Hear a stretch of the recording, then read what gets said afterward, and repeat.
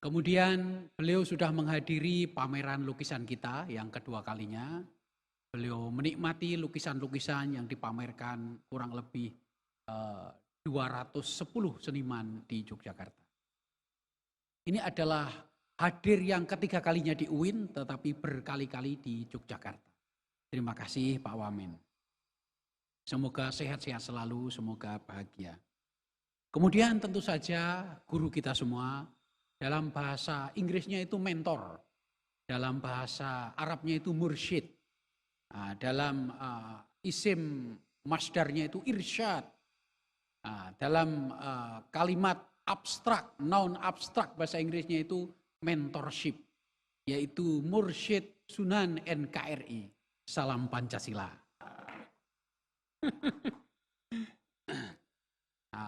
Beliau Dr. Andes Kiai Haji, Profesor Dr. Andes Kiai Haji Yudian Wahyudi MA PhD.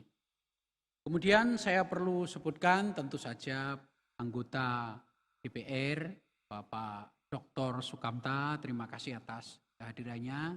Kemudian perwakilan dari pemerintah Yogyakarta, Bapak Tri Saktiana, terima kasih kehadirannya, dan tentu saja Bapak Agung Supriyo, Ketua KPI Pusat. Terima kasih Pak atas kepercayaannya. Kita siap bekerja sama. Saya kira tadi lulusan UIN, ternyata UI ya. Jadi kalau kita itu adalah UI negeri, beliau UI swasta gitu. UI Depok swasta itu. Kita yang versi negara karena kita ikut Kementerian Agama gitu. Jadi negara kita resmi. Kemudian itu yang duduk di situ, kemudian yang duduk di sana tentu saja senior kita, juga mursyidah, ini harus feminin ya, mursyidah ya. Mursyidah kita, mentor kita yaitu Ibu Prof. Siti Rohaini Duhayatin, KSP, terima kasih. Kemudian Bu Rektor, kemudian ke sana Pak Dekan Visum, Pak Yai Sotik, Bu Dekan, Bu Emma Marhumah, dan tentu saja guru kita semua, pembimbing kita, penjaga kita, yaitu Ketua Senat kita, Profesor Siswanto Masruri MA. Terima kasih Prof. Yang duduk di sebelah sini kemarin sudah 2 kali ikut kita ya. Tentu saja Uda Yuliandre Darwis ya, terima kasih. Kemudian Ibu Nuning, terima kasih Ibu Nuning, beliau setia. Tadi begitu jumpa Prof Yudian, dua-duanya langsung berbinar-binar matanya. Saling memuji, saling memberi harapan kebajikan. Ya terima kasih. Memang UIN itu selalu begitu, tempat orang-orang yang berbahagia. Dan tentu saja Pak Hadli Stefano, terima kasih. Kemudian Pak Mulyono, Yono. Dan siapa lagi? Kayaknya ini tadi saya catat itu tadi. Bu Alim ada di sana juga, Ibu Alimatul Profesor Alimatul Kiptiah. Beliau. Oh, Pak Daniel ya, itu. Oh, Pak Mulyono yang duduk di sini, mohon maaf, Terima kasih. Bapak Ibu sekalian, kita harus syukuri ini adalah nikmat yang luar biasa, kerjasama 3 lembaga besar negara, Kementerian Agama, BPIP, KPI, dan memilih tempat di UIN Sunan Kalijaga. Ini adalah berkah yang luar biasa yang harus kita syukuri. Bapak Ibu sekalian, sebagai universitas, sebagai pusat pendidikan, pusat intelektual, dan pusat riset, kita sangat bangga atas peran ini dan semoga kita bisa memainkannya. Jika ini kemudian duet maut dengan KPI, yaitu masalah media, ini adalah peran yang sangat sempurna di dalam negara saat ini yang sedang mengalami era demokratisasi, desentralisasi, dan otonomi daerah. Maka peran media sangatlah penting. Ya. Di sini kita akan tentu saja nanti akan banyak berbicara tema yang sangat penting di Indonesia. Kita adalah orang religius, manusia religius, orang Indonesia orangnya sangat religius. Dan kita juga berbicara politik, kita berbicara tentang nilai-nilai atau moral, etika. yang disebut oleh Pak Bono tadi ya. Oh ya, terima kasih Pak Bono sebagai engkang bahu rekso. Pak Bono, terima kasih Pak Bono. Oh ya, Pak Bono duduk di sana. Jadi ada matahari di sana, jadi agak susah melihat itu. Ada sinar. Bapak Ibu sekalian, saya ingin menggarisbawahi apa yang disampaikan oleh Ketua KPI Pusat tadi. Beliau pakai pakaian tradisional ya. Kata Ketua BPIP itu sebetulnya bukan baju takwa, tetapi baju kungfu gitu ya. Jet Li, bajunya Jet Li. Yang oleh orang Cina diubah menjadi baju takwa, karena peran ulama Cina di Indonesia mungkin ya. Sekali lagi, agama mempunyai kontribusi yang luar biasa bagi manusia. Pertama, dari sisi software ya. Kalau dalam komputer bicara software, agama ini, semua agama mengajarkan kita untuk berpikir abstrak. Berpikir sesuatu yang tidak ada di depan mata. Apa itu? Surga, neraka, malaikat, Tuhan itu sendiri ya. Semuanya yang bersifat abstrak. Dan menurut para ilmuwan, baik antropologi, sosiologi, dan ilmu sains dan sosial, karena manusia beragamalah, manusia terbiasa berpikir dan memikirkan sesuatu yang tidak bisa dilihat. Misalnya virus corona, bakteri, itu tidak bisa dilihat, tetapi itu ada.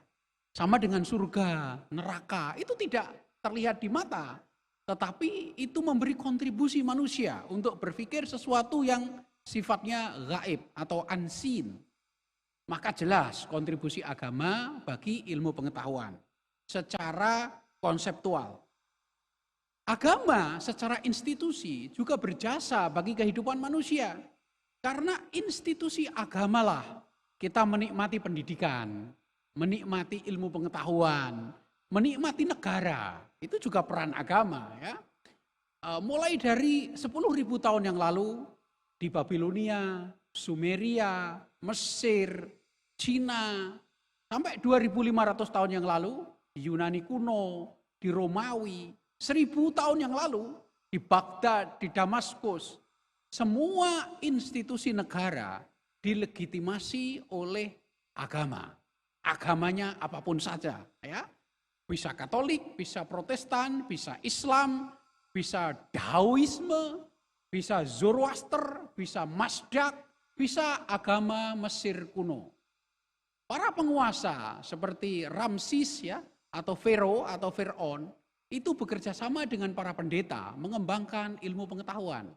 Maka lahirlah piramida Mesir, lahirlah ilmu kedokteran Mesir, lahirlah ilmu astronomi, ilmu bintang di Mesir.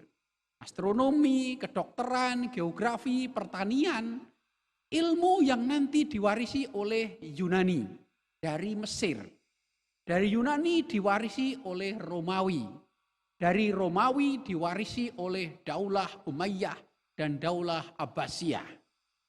Jadi jelas fungsi agama di dalam kehidupan bernegara dan bermasyarakat.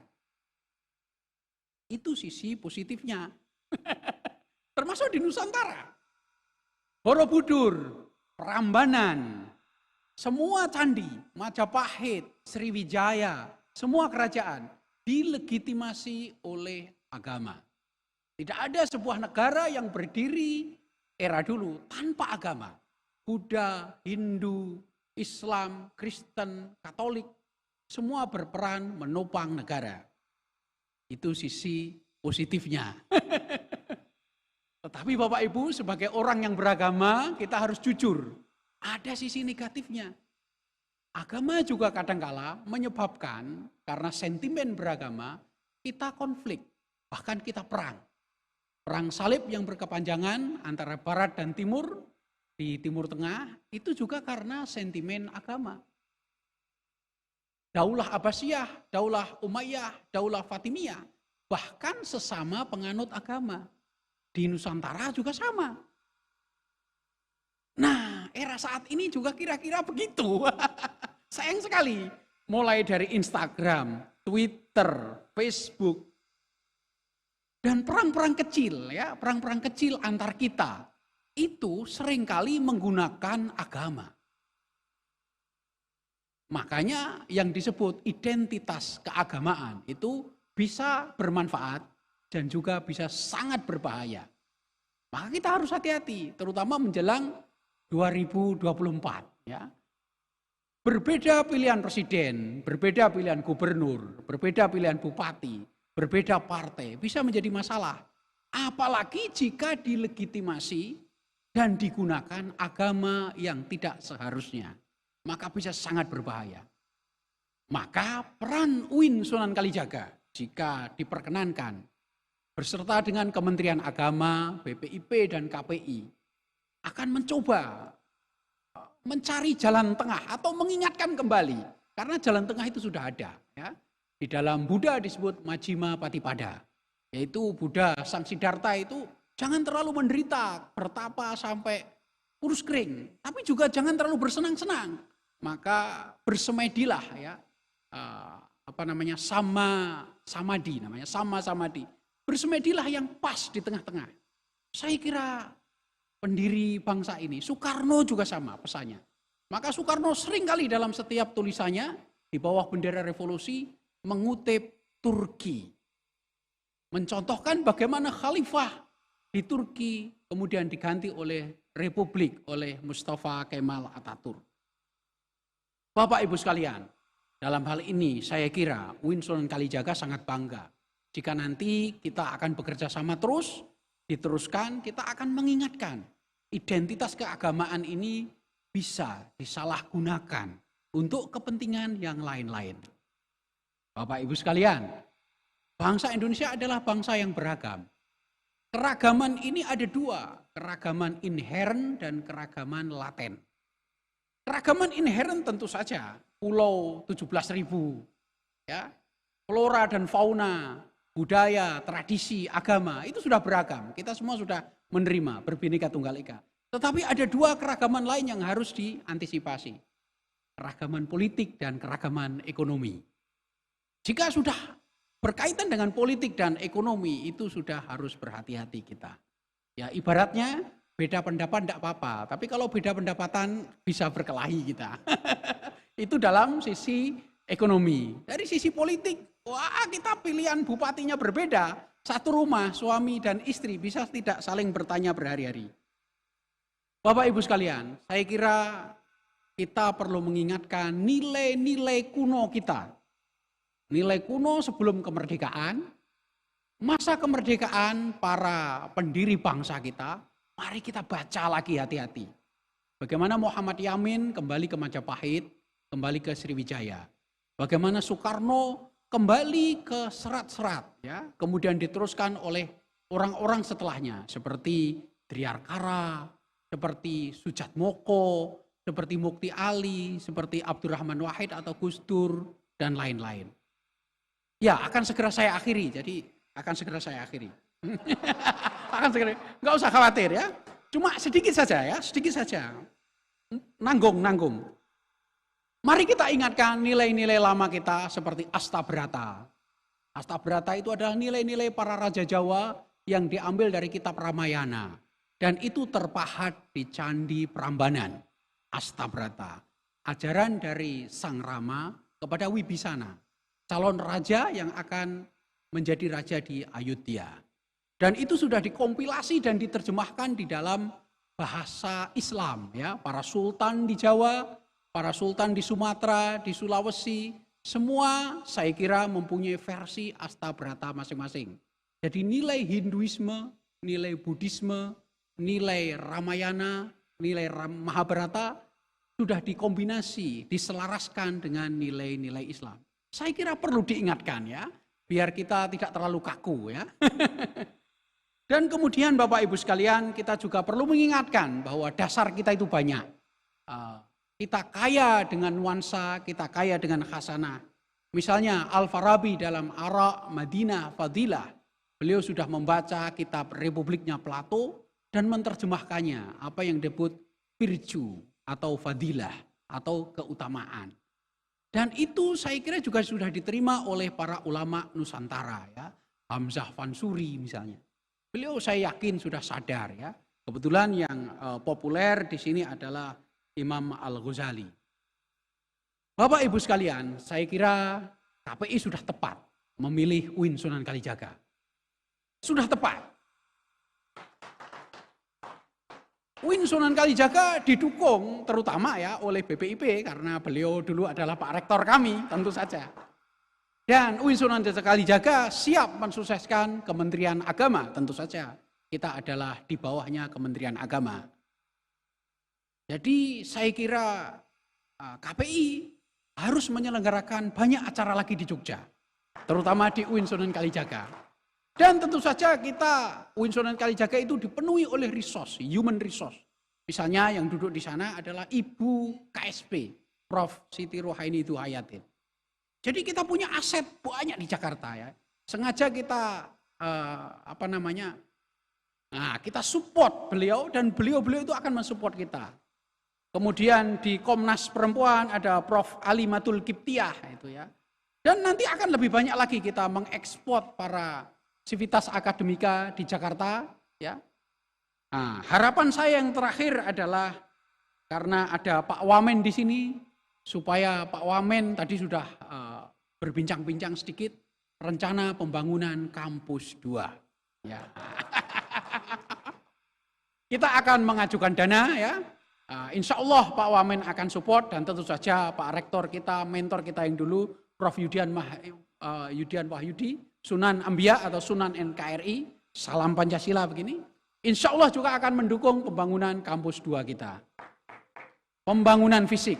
Pembangunan secara akademik, insya Allah kita akan sebarkan gagasan-gagasan dari UIN Sunan Kalijaga. Riset-riset para dosen, jurnal-jurnal kita siap mensupport semua program negara, semua program KPI, semua program Kementerian Agama, semua program BPIP, dan semua program DPR RI, Pak Sukamta. Bapak Ibu sekalian, terima kasih atas kepercayaan ini dan kita sangat senang, kita siap mensukseskan. Semoga konferensi ini berbuah manis dan semoga kita menjadi sahabat yang sejati. Kata Aristotle, ada sahabat by virtue, friendship by virtue. Ada friendship by utility, yaitu pertemanan yang hanya manfaatnya saja. Atau friendship by pleasure, yaitu pertemanan karena senang-senang. Tetapi Aristotle mengingatkan ada friendship by virtue, pertemanan karena moral, karena etika. Insya Allah, UIN Sunan Kalijaga berteman dengan siapa saja by virtue. Ilia ami monami, kata Foucault dan Derrida. Ilia ami monami, ada teman-teman. Demikian, semoga sehat. Semoga bahagia. Wassalamualaikum warahmatullahi wabarakatuh. Om Swastiastu, Namo Buddhaya, Rahayu berkah dalam. Salam Pancasila.